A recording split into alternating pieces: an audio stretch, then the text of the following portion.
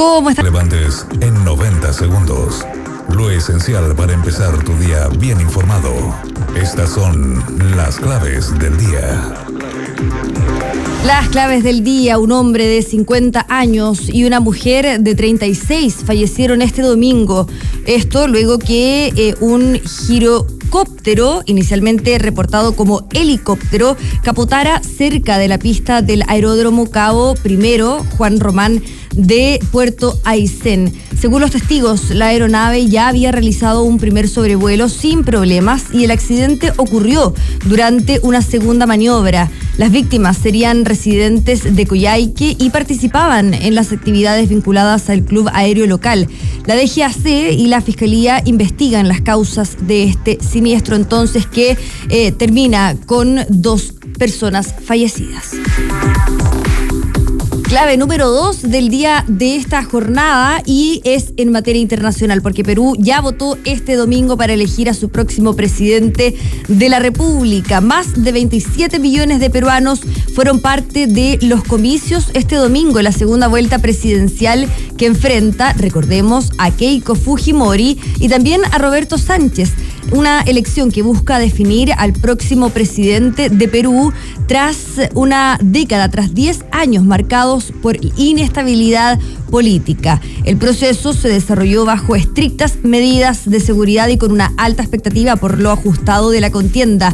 Los primeros resultados oficiales van a conocerse recientemente, ya en las próximas horas, mientras que el conteo definitivo se podría extender por los próximos días, a propósito también del estrecho de esta elección. Un potente terremoto de magnitud 7.8 sacudió Filipinas y activó una alerta de tsunami. Un fuerte terremoto de esa magnitud, lo reiteramos, 7,8, remeció la isla de Mindanao, en el sur de Filipinas, durante la mañana de este lunes, y el epicentro se ubicó cerca de la localidad de Burias. Y aunque inicialmente no se reportaron víctimas ni tampoco daños de consideración, las autoridades activaron ciertas alertas por posible tsunami en zonas costeras de Filipinas y Malasia. Equipos de emergencia se mantienen monitoreando la situación mientras continúan las evaluaciones en las áreas afectadas. Clave número 4 de esta jornada de día lunes: los 3 grandes quedan fuera en fase de grupos de la Copa de la Liga. La primera edición de la Copa de la Liga se quedó sin sus 3 clubes más populares. Estamos hablando de Colo-Colo, Universidad Católica y la Universidad de Chile. Estos fueron eliminados de la fase de grupos y no lograron avanzar en las semifinales del torneo. Los clasificados a la ronda de los 4 mejores son Coquimbo Unido, Ñublense, O'Higgins de Rancagua y también Unión La Calera, confirmando una inédita definición sin los llamados 3 grandes del fútbol chileno. Actualidad y contexto. Las claves del día en Hora Clave.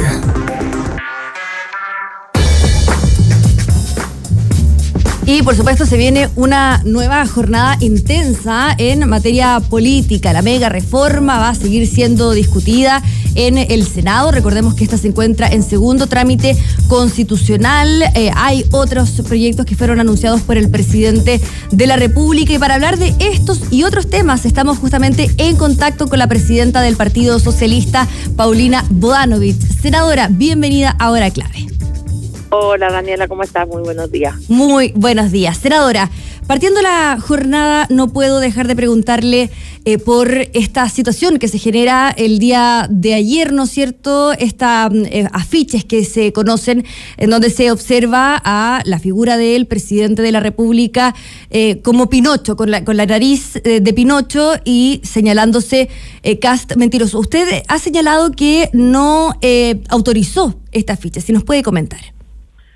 Bueno, creo que la política y la línea política del partido también la línea comunicacional tienen que ir en paralelo.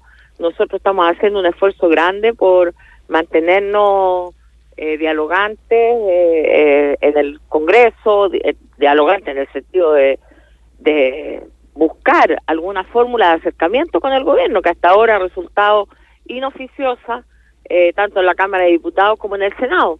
La semana pasada tuvimos largas jornadas escuchando al ministro Quiroz él sostiene y reafirma cada una de las propuestas del gobierno, por lo tanto veo bastante difícil lograr algún cambio o poder incidir de alguna manera en este proyecto.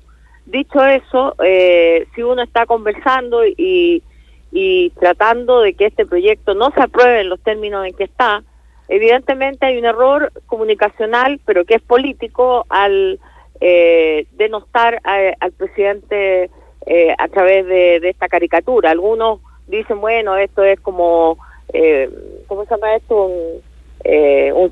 Algo sarcástico, podríamos haber puesto que eran metáforas, pero la verdad es que esto no fue objeto de discusión política al interior del partido, no contó con la aprobación de la mesa del partido ni mía personal, y por eso yo ayer salí a señalar que esto es un error, porque la verdad es que nos distrae de lo fundamental, que es la discusión de temas importantes como es de la discusión de la mega reforma, como es mañana la votación del secreto bancario.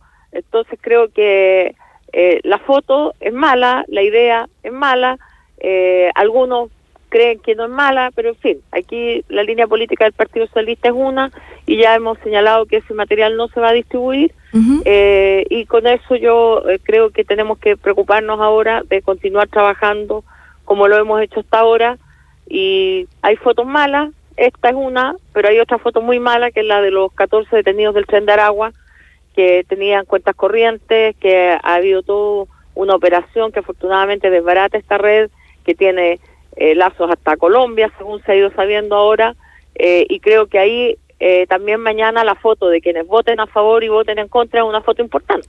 Senadora, pero la gente la vio a usted en un video que se borró después en redes sociales y que se subió también a la cuenta del Partido Socialista, en donde usted sale con el vicepresidente o con el secretario general del partido, Arturo Barrios. Ya se veían estos afiches, se iban a repartir.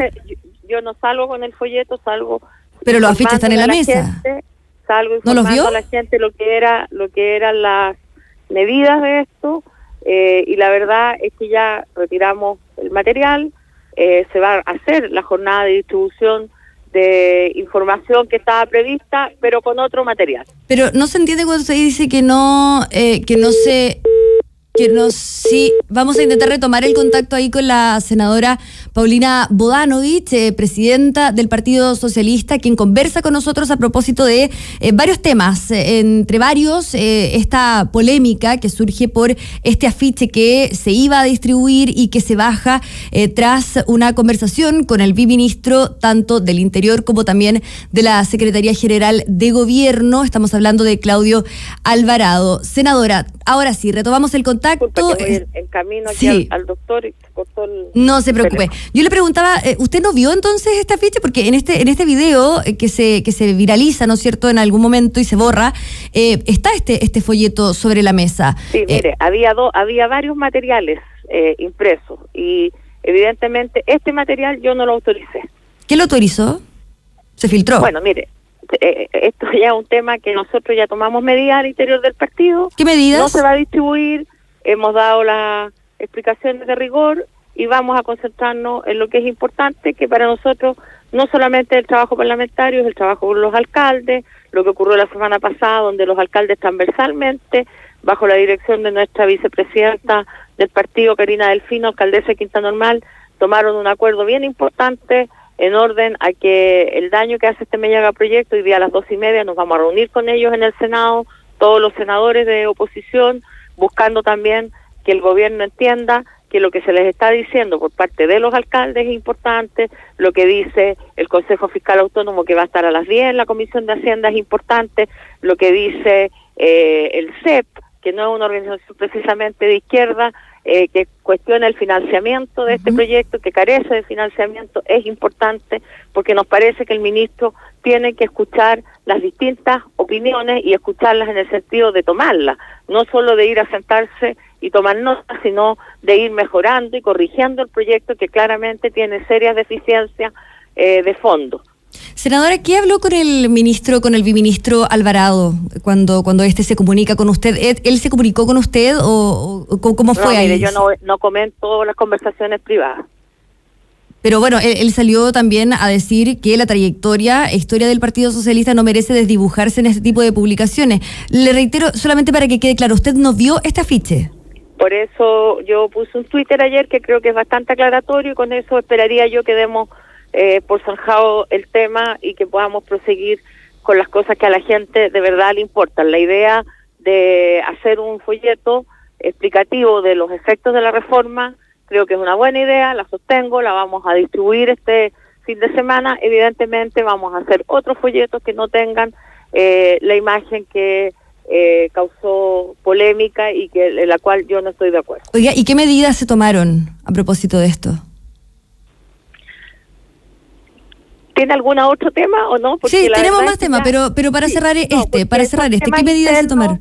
Son temas internos, Daniela, y yo creo que ya es suficiente para ilustrar a la gente y que tengan la tranquilidad que la conducta del Partido Socialista es una, que vamos a seguir buscando mejorar un mal proyecto que le hace daño al país, en el que no estamos de acuerdo, que vamos a informar a la ciudadanía, que vamos a estar trabajando para que todas las personas sepan de lo que se trata. El día sábado tuvimos 120 dirigentes sociales en dependencias de la CUT con los que estuvimos dialogando, los que nos trajeron también sus inquietudes desde el mundo de las pymes, desde las juntas de vecinos, los distintos temas que se pueden ir tomando no solo para la mega reforma, sino para otros proyectos. Esa es la línea política nuestra con la que trabajamos en terreno, con la gente, escuchando a los dirigentes sociales, escuchando a los dirigentes de las pymes que ya lo hemos tenido, a los dirigentes de la salud que también han estado.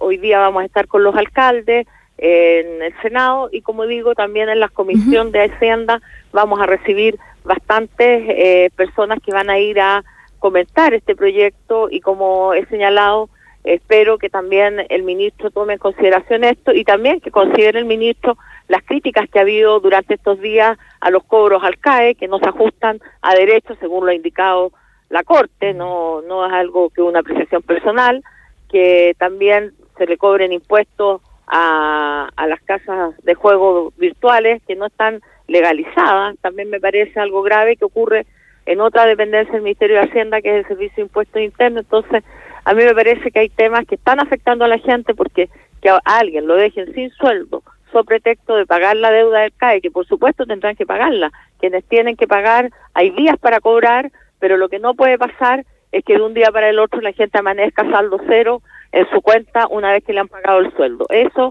es una arbitrariedad que no se puede permitir y me parece que esos temas sí hay que tomarlos con todo rigor y seriedad y ojalá en forma transversal, porque esto no es un tema tampoco de oposición versus gobierno, es un tema de derechos de las personas que se ven privadas de su sueldo y de su legítimo sustento para poder cubrir sus necesidades. Oiga, senadora, respecto a la mega reforma, esta semana es clave también en el Senado. A usted también la veíamos en la Comisión de Hacienda la semana pasada.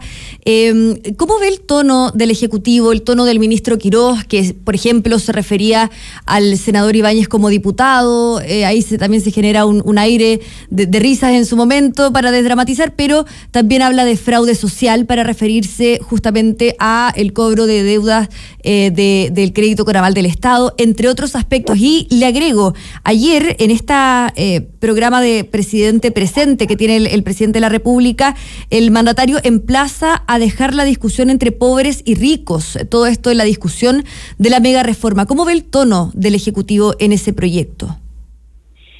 Yo lo que he visto al ministro Quirós bastante intransigente en su postura, justifica todas las medidas y propuestas, e incluso cuando se le señala que este proyecto no tiene financiamiento, que es una crítica que le ha hecho el Consejo Fiscal Autónomo y el CEP, por ejemplo, él dice que sí, que efectivamente esto nos lleva a un déficit que va a ser, primero se había previsto hasta el 2031, ahora con el escenario de la nueva y el informe de finanzas públicas y otros datos se proyecta hasta el 2035, es decir, un proyecto que nos lleva a recaudar menos dinero y finalmente a tener menos ingresos y tener un balance, o sea, tener un déficit estructural permanente hasta el 2035, es decir, por 10 años. Si eso es algo bueno, no sé, que alguien me lo explique, porque la verdad es que yo no logro entender la bondad de crear un sistema que nos va a tener con un balance negativo durante 10 años. Efectivamente. Y, senadora, acá también hay otra situación que, por ejemplo, es lo que tiene que ver con el informe financiero. Ustedes que han podido tocar ese tema con el Ejecutivo, al parecer no les gusta a todo el mundo, ¿no?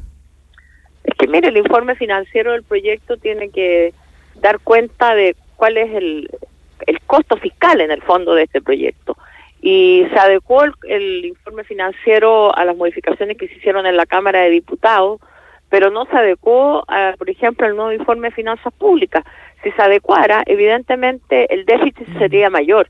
Entonces creo que aquí, por eso espero que estas sesiones que tenemos esta semana, y espero la próxima, no sean solo de ir a sentarse a escuchar con poco entusiasmo, sino más bien de hacer un trabajo colaborativo.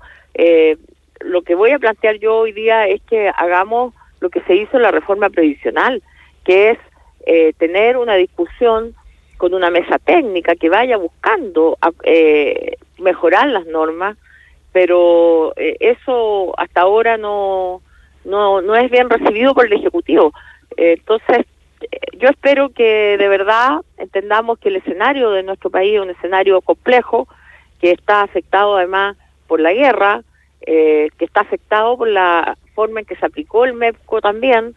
Eso contrajo el consumo, tenemos IMASEC negativo y probablemente si hay un tercer IMASEC negativo ya entramos en un tema de recesión técnica que es bien complejo.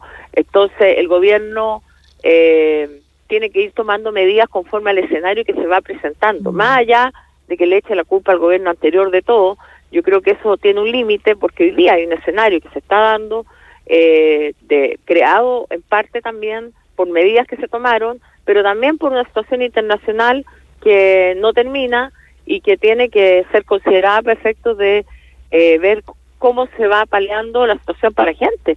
La inflación, cómo ha subido el UF en corto plazo en 1.000 pesos, eso afecta a todo tipo de gastos, los arriendos, los gastos comunes, los colegios, las ISAPRES, en fin, son muchas las cosas que en Chile se cobran a través de la UF, por lo tanto eso tiene un impacto en las personas, además del tema de los combustibles, de lo que significa el alza del transporte público en las regiones donde no se pudo corregir aquello, habiéndosele dicho al ministro que el sistema de transporte público en regiones no funciona como el de Santiago, donde se le inyecta plata al sistema. En regiones no existe un sistema de transporte. ¿Senadora? De manera tal que tenemos complejidades bastante amplias y sobre todo este tema, creo, de las cobranzas del CAE es algo que hay que darse cuenta de que no se está cumpliendo con la ley, porque la ley del CAE es un préstamo, es un crédito y los créditos no se cobran por la tesorería de la manera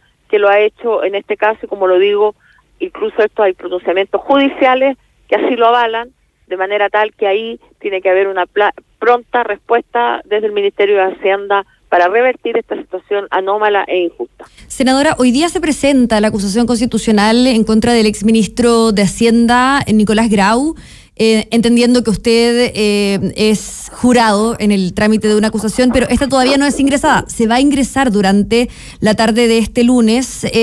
Yo le quería preguntar respecto a el efecto del tono que está tomando el oficialismo. ¿Es una presentación que refuerza la idea de votar en contra de la mega reforma? Que yo no mezclaría las cosas. Mire, las leyes no son sujetos de hacer gallitos. La mega reforma, nosotros como Partido Socialista la vamos a votar en contra porque es una mala reforma. No porque sea consecuencia de la decisión de una cosa u otra. Pero tampoco contribuye el tono ¿Perdón? Tampoco contribuye el tono del oficialismo al ingresar esta acusación en plena tramitación tan relevante. La votación no es una reacción a. La votación es una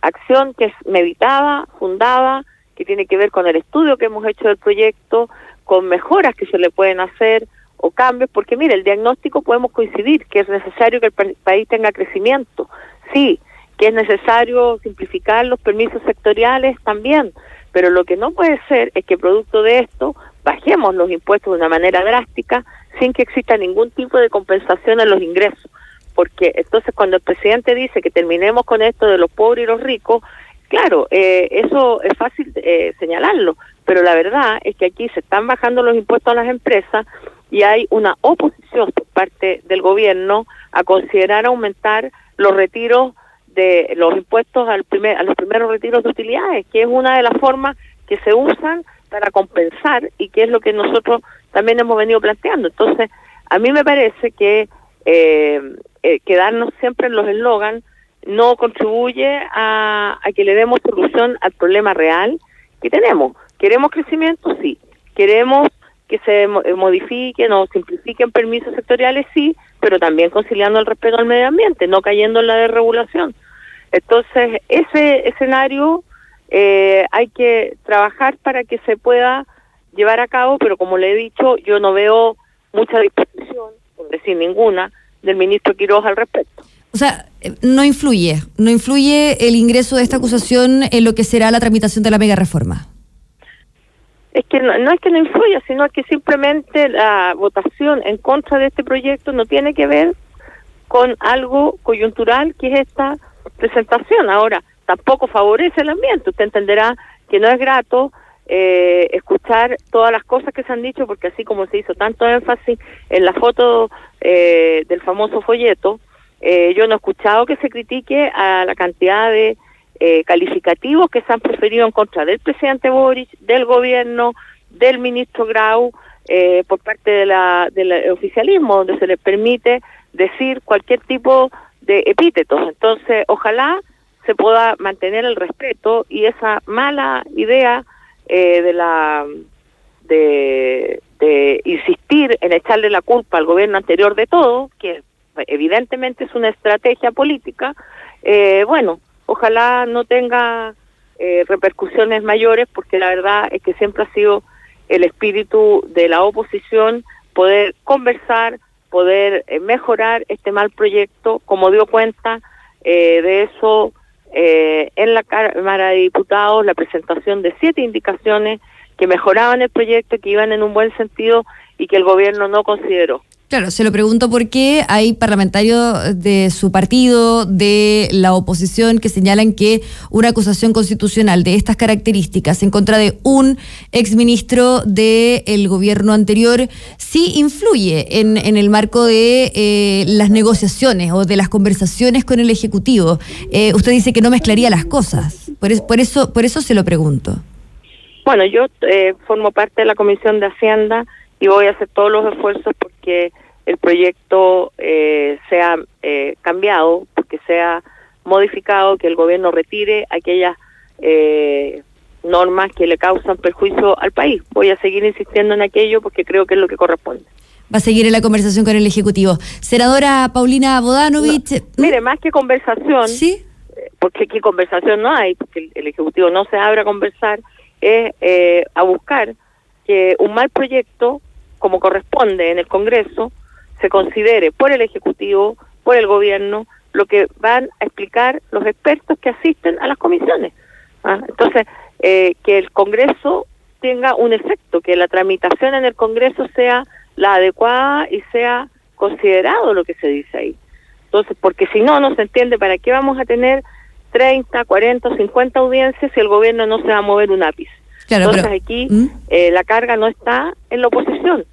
No somos nosotros los que tenemos que flexibilizarnos, sino es el gobierno el que tiene que escuchar, no a la oposición, escuchar a los expertos, escuchar a los chilenos, escuchar a las pymes, escuchar a los gremios de la salud, escuchar a la gente que capacita por CENSE, en fin, escuchar ampliamente y no solamente escuchar a un sector de la población. Y van por carriles separados, dice usted, el tema de la acusación con la mega reforma. ¿Senadora? ¿Senadora? Bien, estábamos hablando entonces con la senadora Paulina Bodanovich, presidenta del Partido Socialista, en Hora Clave, la 92.9 FM, y por supuesto que vamos a estar atentos a todos los temas de esta jornada porque se viene una semana bastante intensa.